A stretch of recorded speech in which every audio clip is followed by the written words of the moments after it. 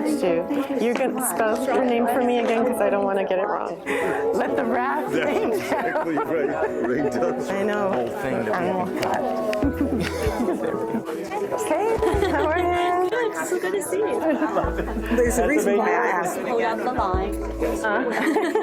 That I was writing about as it happened, and so yeah, kind of like, you know. I saw myself as a race woman in the old-fashioned Ida B. Wells sense of the word, a journalist who dug deep to lay bare injustices and hold a mirror to our collective trauma and triumph. My white father had abandoned my mother before I was born, sending a message that locked itself into my psyche. I was unworthy of a man's love, unworthy of white protection, unworthy of the picturesque and always white family life I saw on television. To add to my humiliation, a father figure next door violated my innocence as a child, confirming that I did not belong to the tribe of girls who were to be cherished. I wrestled with these demons of sexual assault, trauma, abandonment, and racial shame for the first 4 decades of my life. Somehow, against all odds, I've managed to create the family of my dreams, with a husband I adore, a lovely stepdaughter, and my sunshine, our now 7-year-old daughter. I could not have done that without faith, an open heart, and a determination to heal. Your mom and your grandmother, they taught you to not really show your vulnerable sides. Do you instill that same advice to your daughter, or does that advice look different? Very different. I think if you watch the evolution through the book of healing, which is not a one-step process, you know, we think we heal and then we're done.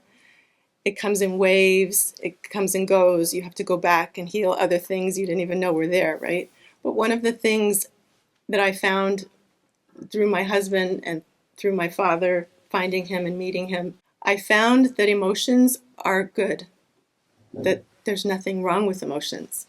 And as Black women, right, we hold them in, we have to be tough, there's a reason for that. We've been taught through generations to be strong and to persevere and to not feel or show feelings. And that's survival.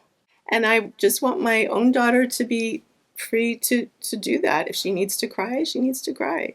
Well, I started out thinking this was going to be a book about looking for my father, and it really became a much deeper story about healing the generations of Black women in my family. I don't know if I could have written this book the way I did if it hadn't been for Me Too, and if we weren't coming into this age where it needs to be said. It's almost like a journal. This is my journals. A lot of it comes from my journals. And you have to write what has to come out. And I do know that this book has been healing for my entire family. I know that it's been healing for other people because I get the emails and I'm amazed, I'm floored by them. Speaking out about the violence that's been done to us for so long in generations long before Me Too, I think is the bravery of not us, but so many women who've made it possible to speak and write in this way. Thank you so much. Thank you. Appreciate you. Well, congratulations. Thank you so much, Susan. I'm glad you've been here. You know, that's wonderful. No, I feel like lighter That's myself personally. Yeah, like float, almost float. Like a weight. You look wonderful. Thank you. You know, a picture of it. Yes. Because Nobody knew the story though, even my closest. Everyone's like, I didn't know all this. Oh, your daughter already read it. But I read it first. Okay. In this book, I take a journey back to a time when I recognized the power of others to move mountains, but couldn't quite see the brightness of my own star. This story is my testament to the power of forgiveness and settling into one's own authentic identity. It's my rediscovery of a little girl who once stood tall and joyful in her favorite yellow poncho.